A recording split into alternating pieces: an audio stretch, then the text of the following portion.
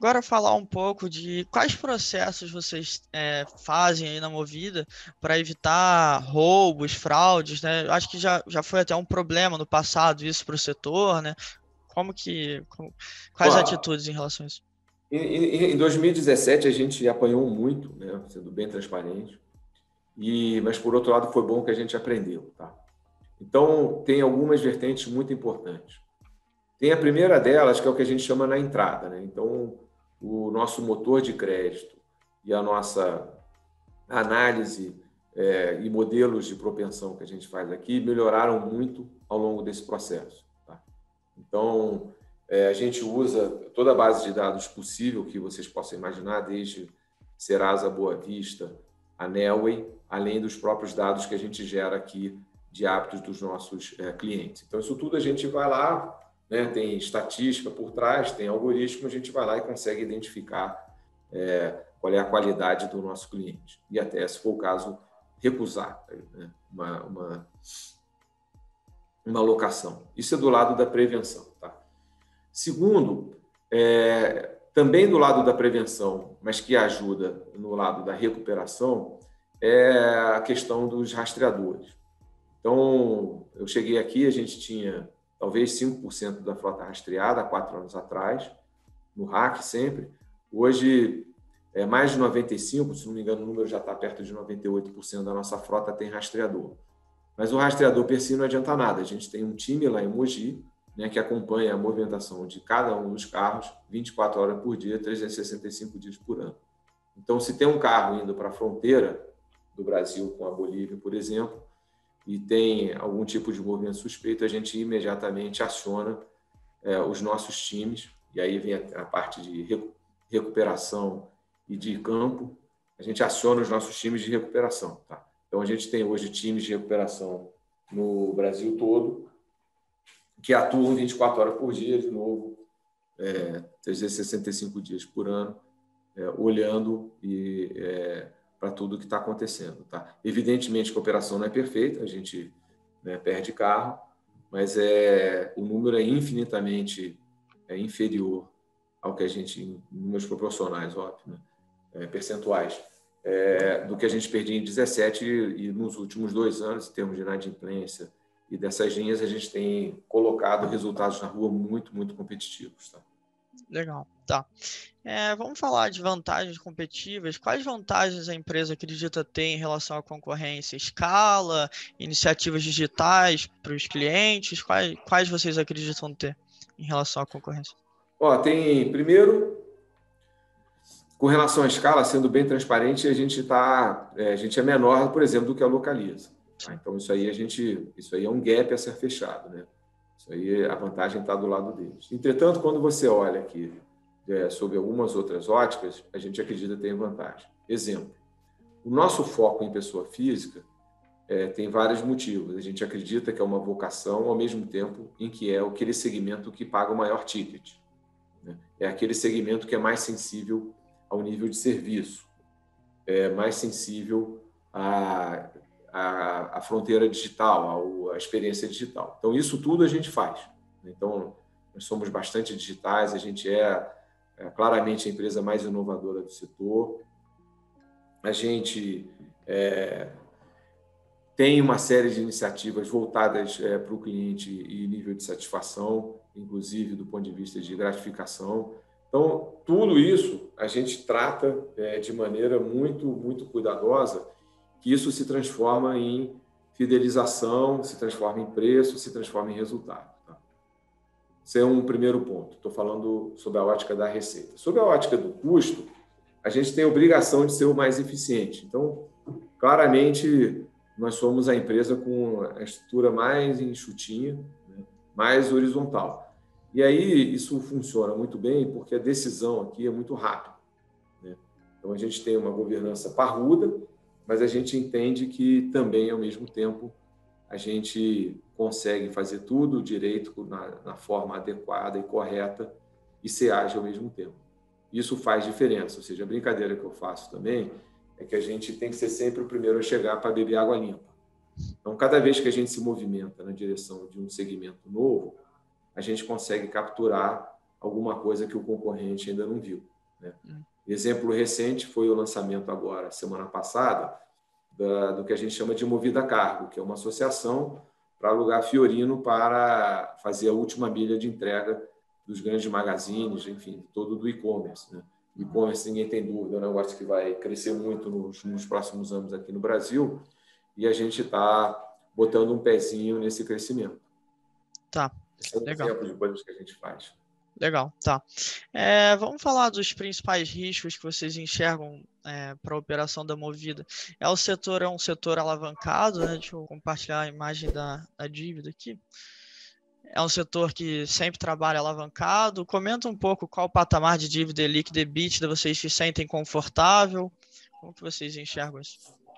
Olha, esse business aqui, esse negócio, ele é um negócio intensivo em capital, tá? Então, a gente acessa o mercado de maneira regular, a gente tem dívida a mercado, tem dívida em balanço de banco, e respondendo a sua pergunta, a gente tem funcionado com alavancagem entre 2,5 vezes e 2 vezes 2,9, tá? Que é o lugar que a gente se sente confortável. É um lugar que é cauteloso, conservador, ao mesmo tempo que permite crescimento, tá? É onde a gente deve funcionar daqui para frente, tá? Esse é o primeiro ponto. Segundo, do ponto de vista de gestão, né, um dos nossos desafios além de baratear o custo da dívida, né, qualquer coisa faz muita diferença aqui, alongar o perfil, né? Vocês estão vendo o perfil aqui na frente. Ele ficou um pouco mais concentrado no curto prazo agora por conta de pandemia, né? Mas eu registro sempre que nós temos carregado uma posição de caixa bastante robusta, né? Sempre acima de 1 bilhão, 1 bilhão e 100, né? Agora 1 bilhão e 700 no segundo TRI, justamente para poder ter tempo de manobrar e poder ter tempo de fazer toda essa gestão de dívida. Então, eu acho que a gente está, enfim, desde o IPO a gente fez um esforço grande de melhorar o perfil. Já melhoramos, mas ainda tem mais coisa para fazer, né? Acho que é um sinal positivo que o mercado também tem nos apoiado no lado da dívida. Tá. Um outro risco, né? Eu acredito que isso, óbvio, é um risco para todas as empresas, seria uma alta dos juros, né? Porque vocês ganham com o spread entre o ROIC, que é o retorno de vocês, e o custo da dívida. Então, uma alta da Selic afetaria esse spread mais para frente, né? Você está certo, tanto é que, se você pegar a série histórica, a correlação do preço das ações das companhias com os juros, eles têm correlação inversa, né? Como você falou, aumenta os juros, é pior aqui do nosso lado, mas, por outro lado, as empresas têm cada vez mais se tornado eficientes. No nosso caso, o resultado tem expandido, vocês estão vendo aí, né, como é que está acontecendo. Isso aí faz com que a gente tenha, vamos chamar assim, um desafio adicional agora, né, daqui para frente, já que tem uma perspectiva de subir juros. Tá? Essa perspectiva é real e, enfim, depende de uma série de coisas. Tá. O que a gente tem para fazer no curto prazo? É fazer a gestão de balanço adequada, mas no longo prazo a gente vai ter que buscar outras fontes de eficiência. Tão simples quanto isso. Tá. Tem algum outro risco além desse que eu mencionei, de necessitar de dívida e alta dos juros que vocês enxergam assim, para a operação? Olha, sempre tem né, se lembrando lá dos diagramas de estratégia, até do Porter, por exemplo, sempre tem a questão dos fornecedores, né, que é a questão dos automóveis, das fábricas, né? Esse é um negócio importante, a gente está passando por um momento tumultuado, com a cadeia de suprimentos prejudicada no mundo inteiro, né? A parte dos carros também tem preço vinculado ao dólar, então isso também acaba mexendo. Mas eu acho que esse está dito lá no nosso formulário de referência, esse é um ponto importante.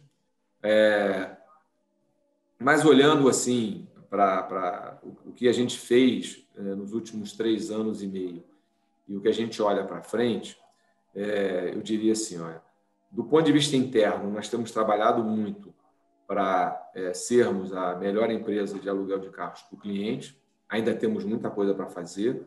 mas amadurecemos bastante a empresa do ponto de vista de processo, de controle e tudo, né? Então, a empresa está pronta para voltar a crescer agora saindo da pandemia. Então, eu vejo, do ponto de vista local, menos risco. Quando eu olho para a indústria, para o setor que a gente está inserido, o potencial de crescimento continua muito grande, muito positivo.